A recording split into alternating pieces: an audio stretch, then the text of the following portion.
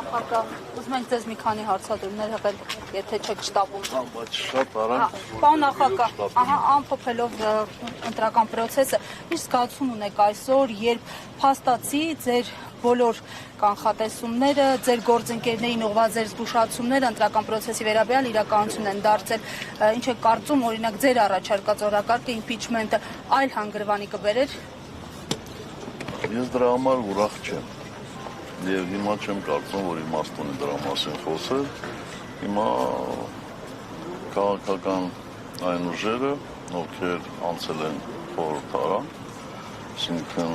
ում սատարել է մեր ժողովուրդը չափով, նրանք պետք է որոշում կայացնեն եւ մենք բոլորս պետք է որոշմանը ենթարկվենք, մենք բոլորս պետք է այդ որոշումները իրականացնենք։ Ինչ հնարավորություն եք տեսնում այդ ուժերի համար, այս պահին, այս փուլում, այս համատեքստում։ Շատ տարբերակներ չկան, կամ մանդատները ստանում են գնում են խորհրդարան, կամ հրաժարվում են մանդատներից։ Այդ երկու ձևերի մեջ, երկու երկերի մեջ կան եւ առավելություններ, կան եւ բացասական կողմեր, բայց խնդիրը ձև ընտրելը չի, խնդիրը հստակ ռազմավարություն ունենալն է։ Երկու ձևով էլ կարելի է հասնել հաջողության։ Մի հստակեցում էլ կներեք, իհարկե, փողոցի օրակարգը այսօր իրատեսական է։ Փողոցը միշտ էլ օգտակար է։ Կարող է իրավիճակ փոխել այս փուլում։ Չգիտեմ, դա կախված է ոչ միայն մեզանից, դա կախված է նորություն կրկնում այն ուժերից, ովքեր ստացել են բավականաչափ մեծ սատարում մեր ժողովրդի կողմից։ Պարոն նախագահ, ընդհանուր առմամբ ինչպես կգնահատեք անցկացված ընտրությունները, ինչ դիտարկումներ ունեք։ Կարծում եմ, որ մեկի համար գաղտնիք չի, որ եւ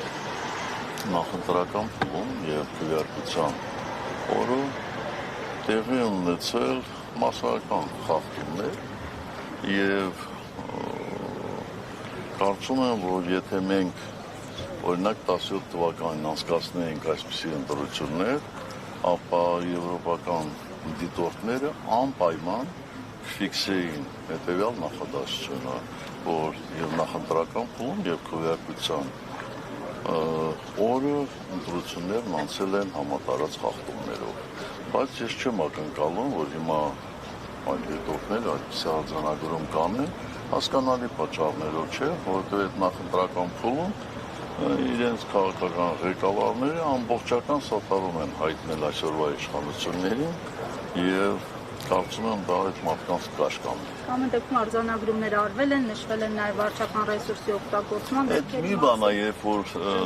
ասինքն թեթև տես նշում են, այդ էլ չէի կարող ընդհանրապես չնշել, որովհետև դե շատ ակնհայտ էր էլի։ Իմ ասած ձևակերպումը դա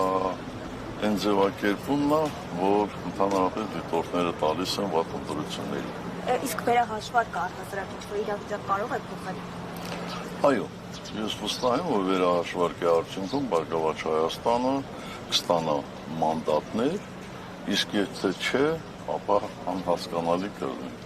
Պարոն նախագահ, Հանրապետական կուսակցությունը պատրաստ է փողոցային պայքարի։ Հանրապետական կուսակցությունը, նորից եմ ասում, պատրաստ է մշտապես սատարել այն քաղաքական ուժերին, ովքեր ստացել են մեր ժողովրդի քվեն բավականաչափ մեծ չափերով։ Պարոն նախագահ, Նիկոլ Փաշինյանը դեմ էր ձեր երրորդ անգամ ընտրվելուն եւ այսօր արդեն երրորդ անգամ տեսանք, որ նա ընտրվեց։ Այս մասով ձեր գնահատականը։ Նախ ես երրորդ անգամ չեմ ընտրվել։ Երրորդ ժամկետ չեմ ընտրվել, որովհետեւ ես երկու ժամկետ եկել եմ